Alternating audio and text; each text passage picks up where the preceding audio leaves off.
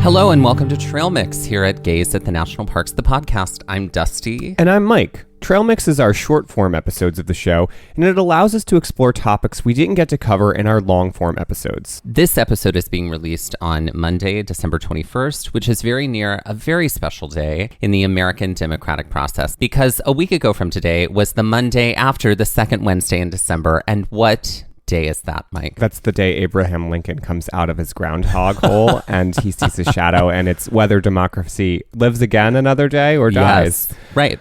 It's actually the day that our electors from the Electoral College go and cast their vote for president based on the choice the people made in the general election. And since this process is one of the least talked about parts of the democratic process, we wanted to break it down today.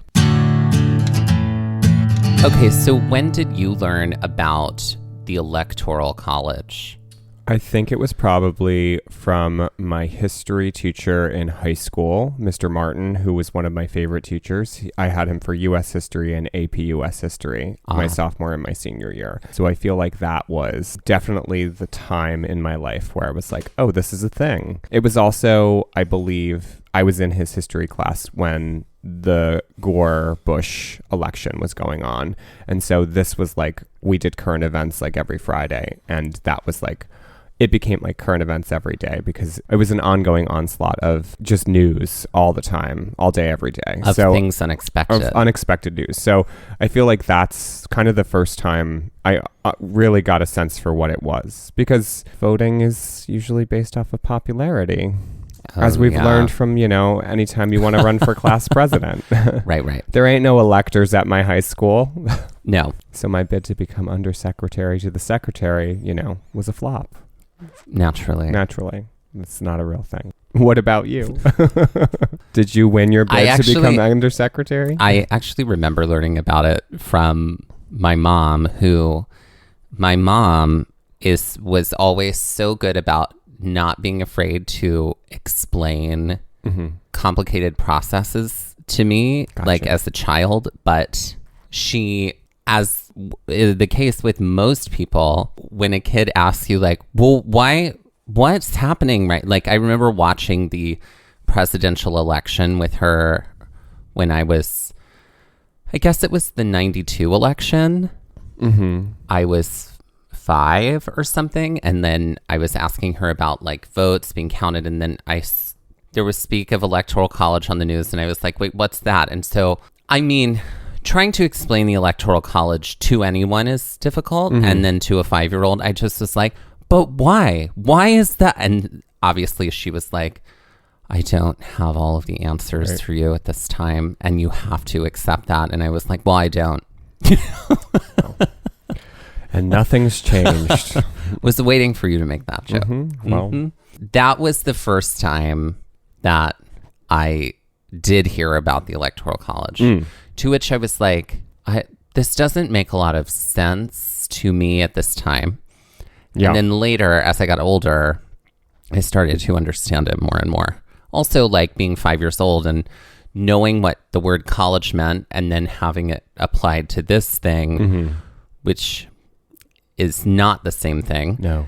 And so, So yeah, that was, I do remember that was my first sort of foray into trying to understand what it was. The Electoral College is a process and not a place, and was supported and defended by Alexander Hamilton, and was created as a compromise between two ideas. Those two ideas being Congress electing the president, and then the president being elected by qualified citizens. Oh. I say qualified because that is the word that the National Archives uses. Qualified citizens. Qualified, I know. Which, let's be honest, meant white men who owned property. What a shock. What a shock, right? I just am like, oh, America. I mean, we're really hopefully starting to learn from our mistakes.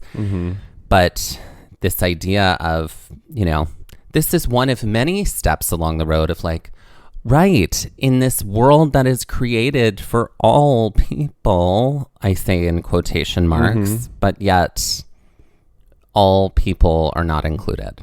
Sure. But I mean, also, it wasn't like America wasn't in good company around the world at the time, as far as making white men the people who were in power. Oh, certainly. I'm just playing devil's advocate here. No, I'm saying not it that was I'm defending America wholeheartedly. America was certainly not unique in that position. No.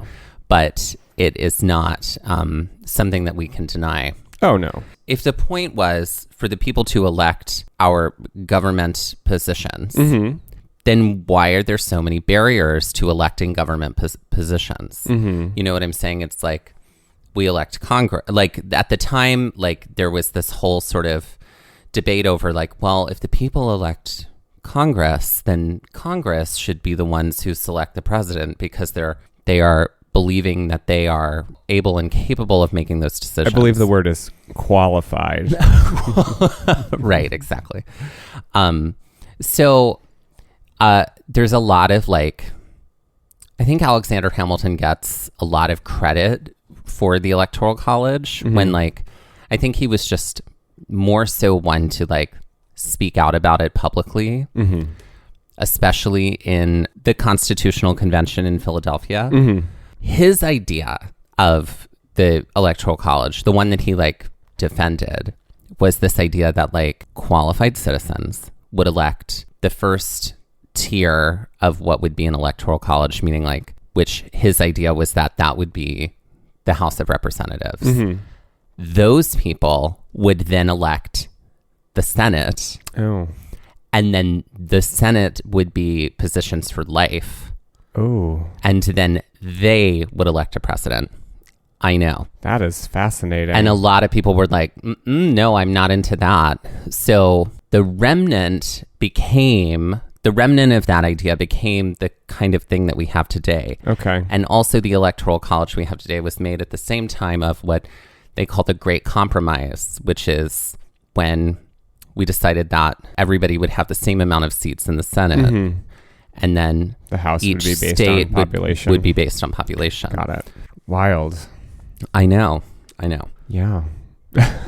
I'm really glad it doesn't work like that because that doesn't feel equal to me. No. That feels like a lot of a very small group of people with a lot of power. That's like pyramid structure power going on there. Literally. Yeah. So. Also, welcome to this episode of Schoolhouse Rock, presented to you by Gaze at the National Park. Right. Anytime. So let's talk about how when the people vote in a presidential election, while we are voting for a presidential candidate, we are in fact voting for a group of electors that are a part of the Electoral College. But how do people become electors? So each state's two major political parties, currently being Democrat and Republican, each create a list of people to appoint as electors. When the greater population votes for the president, while it looks like we're voting for the presidential candidate, we're actually voting for that party's list of people or electors that they have created. And sometimes, depending on the voting district and state election laws, the names of those electors may appear on the voting ballot. Huh. So that doesn't happen in New Jersey. Yeah. I don't know who our electors are. Yeah. It also never happened in Mississippi when I voted there. But I think you can find, I think it's public knowledge. Oh, it's not public absolutely knowledge. public knowledge. Like Stacey Abrams, certainly find out. I believe, is an elector for Georgia. I believe that Hillary Clinton is an elector for New York. Most of the time, people that have been selected as electors are known entities to the political party of the state. So since New Jersey has 14 electoral votes, which is also the same amount of representatives we have in the House, which is the same amount of congressional districts within the state, each political party chooses 14 electors. Based on who wins the popular vote, the electors from the winning party will cast their vote on the first Monday after the second Wednesday in December. That is strange. I know. I don't know why that date. Yeah. Unless you are the state of Nebraska and Maine, in which case the electoral votes are cast based on the majority in each congressional district. Right. They do like a split. Right. This is why, like, if you were watching the election coverage, you would see like diagonal lines through the state of Nebraska and through Maine because they split their congressional districts up. Exactly. Yeah. It's not like one. Not all. Right. Exactly. Not all electors are bound to vote. By the state's overall it's popular by the congressional district. It's by the congressional district's popular vote. Right. Which is something we saw happen this year in Nebraska, where 3 of the districts went Republican and 1 of their districts went Democrat, splitting the electoral votes 3-1. Which that one in Nebraska was a flip because last time it went red. Mm-hmm. Quick shout out to the National Archives, who are serving as the primary source for this trail mix. Now let's look at the question of, do electors vote twice? Meaning, do they vote once in the general election and then once in the Electoral College election? Well, technically, each of these people do show up and vote on both of these days. When they are voting in the general election, they are not considered electors. They are, in fact, voting for a group of electors that they may or may not be a part of. Then, later in December, if they are part of the winning party's group of electors, then they will show up and cast their vote in the Electoral College vote. Now, that is some wild mumbo jumbo. I know. What is the system that our government is based upon? Well, now, there is nothing in the Constitution that requires any elector to vote in a certain way, but some states have laws that do require electors to vote based on the state's popular vote, though not every state has these laws. A political party can also require an elector to sign a pledge that they will vote in line with the party. And in 2020, the Supreme Court did pass a law saying that states could officially pass laws that can require electors to vote in line with the popular vote to avoid what they call, quote, faithless electors, also known as those that vote against how they were supposed to vote. And while no elector has ever been prosecuted for the way they have voted, states do have systems in place when it comes to faithless electors, which include disqualifying and fining an elector and replacing them with a substitute elector, which apparently happened a few times in 2016. Oh, I wonder why. Did you know about this? I think this was something that was talked about because I think we all freaked our geek when I just remember you and I having like a lot of conversations about the Electoral College, like after the Dark Lord was ascended to power. Well, I mean, one of the things they talk about when it comes to the Electoral College is that part of the reason why the Electoral College was put into place, I don't know if this is actually like part of the reason or one of the reasons that they claim is so that unqualified people aren't elected to public office. But the Electoral College doesn't necessarily save us from that. No. It's like a which is something shitty vetting process. Well, but it's something that they've said for a long time. They're like, the electoral process actually isn't this sort of like, the idea was that it would give the people a vote. And then there was this whole thing that I was reading about Alexander Hamilton and the Founding Fathers when they were talking about the Electoral College and how like the attitude or consensus of the people is something to consider in the election of the right? But how considerate. That is literally a different time. It's a different time, and now that's sort of not how it operates anymore, right? And so like obviously things have to evolve and grow as we as a country with our own relationship to our democracy evolve and grow. So the idea that like the electoral process is this like safety net for if something unexpected happens in the voting turnout, that no longer is a thing. Right. Especially if we have states requiring electors to vote in the way faithfully, right. But let's talk real quick about these electors in 2016. Great. The faithless electors, there were 7 of them in total across the whole thing. Apparently, according to history, 99% of the time, electors vote faithfully. Got it. But 7 of them were faithless electors in 2016. And they were faithless in not voting for the candidate, not necessarily in favor of the other candidate, but in favor of a third candidate. Oh, they went third party. Well, kind of. Okay. So this is according to an article called "Which Candidates Did the 7 Faithless Electors Support" by Julia Bacagno, which was published on December 21st, 2016 on CBS News. So of those 7, 5 of them were faithless to the Democratic nominee, Hillary Clinton. Oh. And only 2 of them were faithless to Republican nominee Donald Trump at the time. Interesting. Yes. So one of the Democratic faithless electors was David Mulinix of Hawaii, who cast his vote for Bernie Sanders instead of Hillary Clinton. Okay. he also said that he thought that the Electoral College was outdated. Well, welcome to the world. Well, welcome to the world, right? 4 of the Faithless Electors came from Washington State, which was the state won by Hillary Clinton. 3 of them cast their votes for Colin Powell. Interesting. Yeah. According to the Seattle Times. Sure. Who was a Republican, not on the ticket at all. Right. And then fascinating. And then the 4th Faithless Elector voted for Faith Spotted Eagle, a woman who was a member of the Yankton Sioux Nation. Oh, well, okay. And she played a public role in opposing the Keystone and Dakota Access Pipelines. Great. Trump lost an elector in Texas to someone who voted for John Kasich. Okay. And then the other elector in Texas voted for Ron Paul. Got it. So that's fascinating to me. So then does the electoral college math for that year then show does that reflect that? You know what I mean? Like when we're thinking about the electoral votes that they have, do those votes then, do we see John Kasich getting 1 vote and Ron Paul getting 1 vote and, Bernie getting 1 vote and then the rest are the large numbers?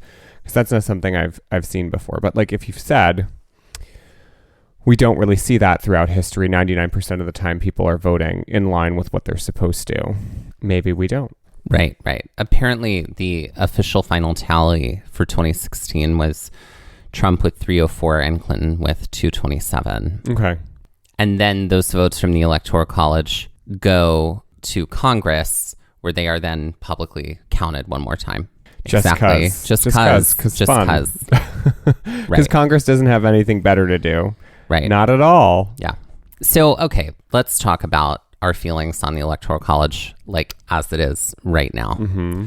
To me, it feels like just an unnecessary barrier. You know what I mean? We have... Right. It's antiquated. It's antiquated. We have many, many, many people electing, right. or voting. Right. Over 150 million people voted in this presidential election this year. And so that's way more people than they had voting at the time that they created the Electoral College. Right. This idea of it being a safety net, I'm not a political scholar, but I just don't see it operating in that way right now. Obviously, one could say it's really easy to say that because as someone who tends to vote Democratic myself, it's been a really long time since a Republican candidate won the popular vote. Mm-hmm. And so one could accuse me of just sitting here going I don't really like the Electoral College because it's a snafu system where someone could lose the popular vote and still win the presidency. Right. So to that, I say okay, I see what you're saying, but I don't necessarily see it now operating as maybe it no longer operates as this sort of safety net system, but I also don't see it operating as a sort of maintain the balance of the scales kind of thing. No, I don't think so either. I don't think it behaves that way either. No, and I think when you think about, I think voting in this country is complicated on a variety of levels, but to your point about the fact that Democrats have typically won the popular vote and lost the electoral, or where they get hung up sometimes is that they lose the electoral even though they've won the popular. I'm just well, if you want to talk about, voting problems, let's talk about gerrymandering districts, Republicans, and making it easier for you to win state legislators and things like that. Right. And, I think, that's not the point, is to say let's cast the evil shadow over the Republican Party. But I think the point is to say that in essence, the system is made more complicated when it doesn't need to be. And there are issues that are unfair in the way that votes are cast, in the way that voting is allowed by certain people and not by others. There are issues of voter suppression. There are big issues when it comes to the vote in this country, and especially for a country that has touted itself on its democracy and having free and fair elections. I do feel there are bigger problems, the Electoral College being one of them. but problems that need to be addressed so that it is more free and fair than it currently is, because I don't think that that's something we should be continuing to tout when there are plenty of issues, especially voter suppression. So something that I'm struggling to find right here, because obviously I'm not a political scholar, is like, does each elector officially represent each one of those congressional districts? Mm-hmm. Because, like, for example, my question would be like, did that elector from Hawaii vote for Bernie Sanders because for some reason Bernie Sanders won the popular vote in that congressional district? Gotcha. You know what I'm saying? Mm-hmm. I don't think that happened. Right. But I'm saying, like, would that elector then represent the vote of those people or just their own opinion? Anyway, but that's what I'm saying. Yeah. Is I just feel like it doesn't behave in the way that we originally wanted it to, because the circumstances are different now. Right. And so it's time to evolve. Right. Just like daylight savings time. Oh, yeah. You have a lot of feelings about that. I do. Yep. You just don't like it getting dark early. No, when it's midnight at 4:00, I'm ready for bed. I agree. Let's end this trail mix with a game. What game are we playing today, Mike? We're just going to do some trivia, because who doesn't love trivia? I love some trivia. Our election processes and our voting history in this country. Okay, we'll see how I do. Great. For 100, this Born in the USA singer's home state was the first to allow voting for women, as its state constitution of 1776 left the gender language ambiguous and was then corrected in 1797 to include the words he or she. What is New Jersey? That's correct. So women had the right to vote in New Jersey for quite some time, which was interesting. Yeah. It was then revoked in 1807 and then given back to them. Right, because they put it to referendum, didn't they? Woo. Right. Civil rights on referendum, everyone. Yep. For 200, this Buckeye state's constitution has a, quote, no idiots clause in its constitution stating that no idiot or insane person can vote. What is Ohio? Yes. Fascinating. Woof, Ohio. Yeah, maybe time to change that. Yeah. Update your language, babes. All right, for 300, the political party's animal symbols were first developed by Thomas Nash, a political cartoonist for this periodical that sounds like it would be the magazine that summed up the last 7 days in this city of John Brown's foiled raid. Is the city Boston? No. Is it Philadelphia? No. Is it Baltimore? No. Oh, I don't. What's the city's name? What is Harper's Ferry? But I was looking for Harper's Weekly. Oh, didn't know that. Didn't know your history. No, I didn't. That was like a precursor to the Civil War. That was like a major uprising that like was quelled. No, I know. Yeah. But I couldn't think of the name. Yeah, that's okay. Well, I tried to clue you in as much best I know. could. Thank you. I could have said it was, it sounds like the name of Kristen Stewart's like terrible girlfriend in Happiest Season. Spoiler Now alerts. You know how we feel about that movie. All right. The election of 1876 was one that wasn't fully decided until days prior to the inauguration, as the electoral votes in Florida, of course, this Cajun state and this Palmetto state were hotly contested. Okay, what is Louisiana? Mm-hmm. Was one of them. Mm-hmm. And then Palmetto State. Mm-hmm. What is Arkansas? No. Alabama? No. I don't know. What is South Carolina? Oh, okay. Great. I don't know her. That's where Lady G's from. The first woman to run for president was Victoria Woodhull, who ran in 1872. She got her start when this railroad tycoon and grandfather of the owner of the Biltmore estate backed her and her sister to open a brokerage firm. You can just give me the last name. Oh, what is Vanderbilt? That's correct. Who's Cornelius Vanderbilt? Beautiful. Great. And that was our electorate, everyone.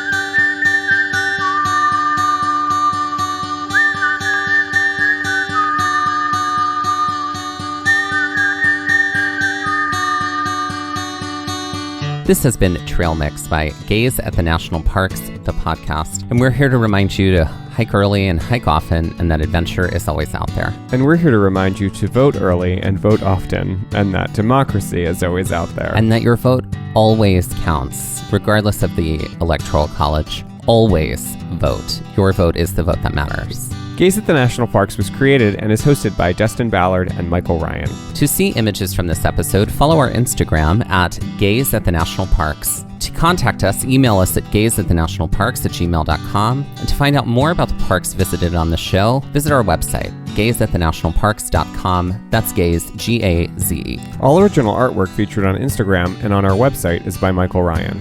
All original music was written by Dave Seaman and performed by Dave Seaman, Mariella Klinger, and Sean Sklios. Our music producer is Skyler Fortgang. This episode was edited by Dustin Ballard. We would also like to acknowledge that while recording this episode, that we were on the traditional and stolen lands of the Lenape people, also known as Ocean County, New Jersey.